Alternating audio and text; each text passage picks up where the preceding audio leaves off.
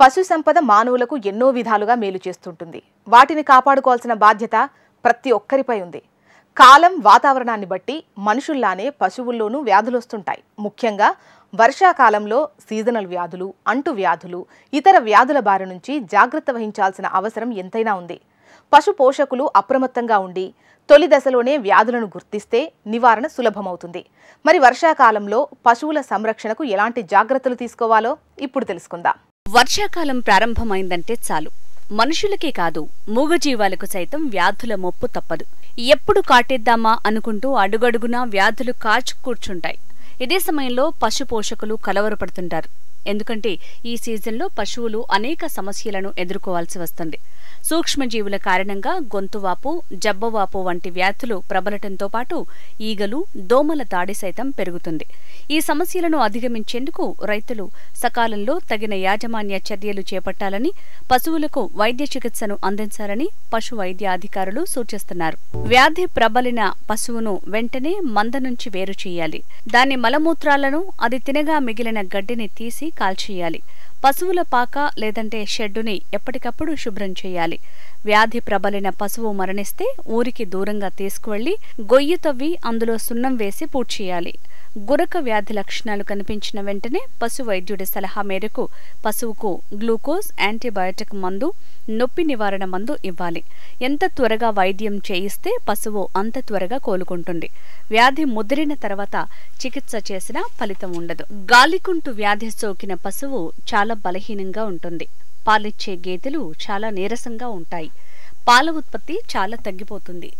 ఎడ్లు వ్యవసాయం పనులు చేయటానికి సాహసించవు. సంకరజాతి పశువులతో పాటు షెడ్లలో పెంచుకునే పశువులకు ఈ వ్యాధి వ్యాపిస్తుంది. ఎక్కువగా మార్చ్, ఏప్రిల్, సెప్టెంబర్, అక్టోబర్లలో ఈ వ్యాధి పశువులకు వచ్చే ప్రమాదం ఉంది. ఈ వ్యాధి సోకిన పశువుకు నోటి గిట్టల మధ్య బొబ్బలు ఏర్పడతాయి. 3-4 వారాల్లో బొబ్బలు పగిలి పుండ్లుగా మారుతాయి. చర్మం గరుకుగా మారుతుంది. నోటి చెగుళ్లపై పొక్కులు ఏర్పడటం ద్వారా పశువులు మేత తీసుకోక నీరసించిపోతాయి. నోటి నుంచి సొంగ కారుతుంది. వయసులో ఉన్న ఆరోగ్యవంతమైన పశువుల్లోనూ, తెల్లజాతి పశువుల్లోనూ జబ్బవాపు వ్యాధి ఎక్కువగా కనిపిస్తుంది. వ్యాధి సోకిన పశువు అధిక జ్వరంతో బాధపడుతుంది. మేత మేయకుండా పడుకుని ఉంటుంది. జబ్బ భాగం వాచి నల్లగా కములుతుంది. అక్కడ కండరాలు ఉబ్బుతాయి. వాటిలో గాలి బుడగలు, నీరు చేరి పశువు తీవ్రమైన నొప్పితో బాధపడుతుంది. వాచిన చోట చేతితో తాకితే గరగరమని శబ్దం వస్తుంది. సకాలంలో వైద్యం అందించకపోతే పశువు నీరసించి చనిపోతుంది. వ్యాధి సోకిన పశువుకు పశు వైద్యుని సలహా మేరకు పెన్సిలిన్ మందు ఇవ్వాలి. నొప్పి, జ్వర నివారణ మందులతో పాటు రక్తనాళాల ద్వారా గ్లూకోజ్ ద్రావణాన్ని అందించాలి. గురక, జబ్బ వ్యాధులు సోకకుండా రైతులు ముందుగానే పశువులకు టీకాలు వేయించడం మంచిది. వర్షాకాలంలో పశువులకు సోకే ప్రాణాంతక వ్యాధుల్లో గొంతువాపు ఒకటి. ముఖ్యంగా వయస్సులో ఉన్న గేదె జాతి పశువుల్లో వ్యాధి తీవ్రత ఎక్కువగా ఉంటుంది. వ్యాధి సోకిన పశువుకు అకస్మాత్తుగా అధిక జ్వరం వస్తుంది. పశువు మేత మెయ్యదు.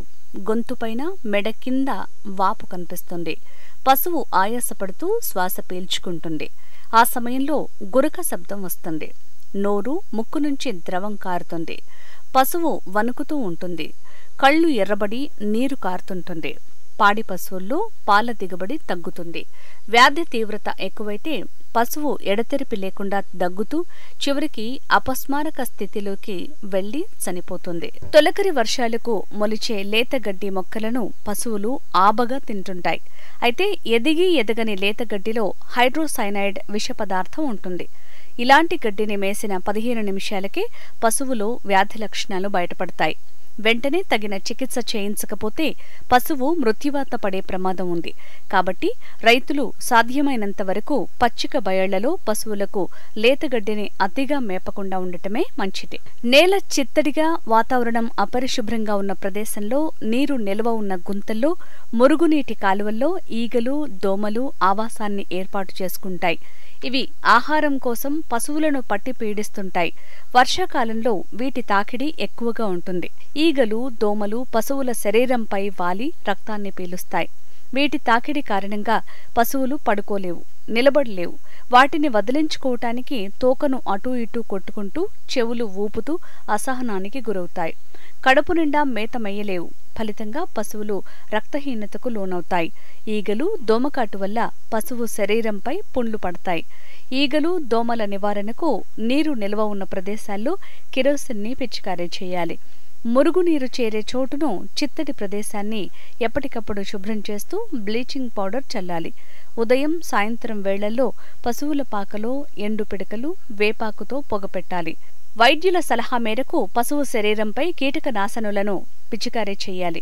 సాయంకాలం వేళ పశువుల శరీరంపై వేప నూనె రాయాలి. సీజన్కి తగ్గట్టుగా టీకాలు వేయించాలి.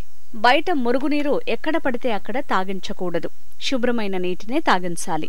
ఏడాదికి 4 సార్లు DPR నట్టల నివారణ మందులు వేయించాలి.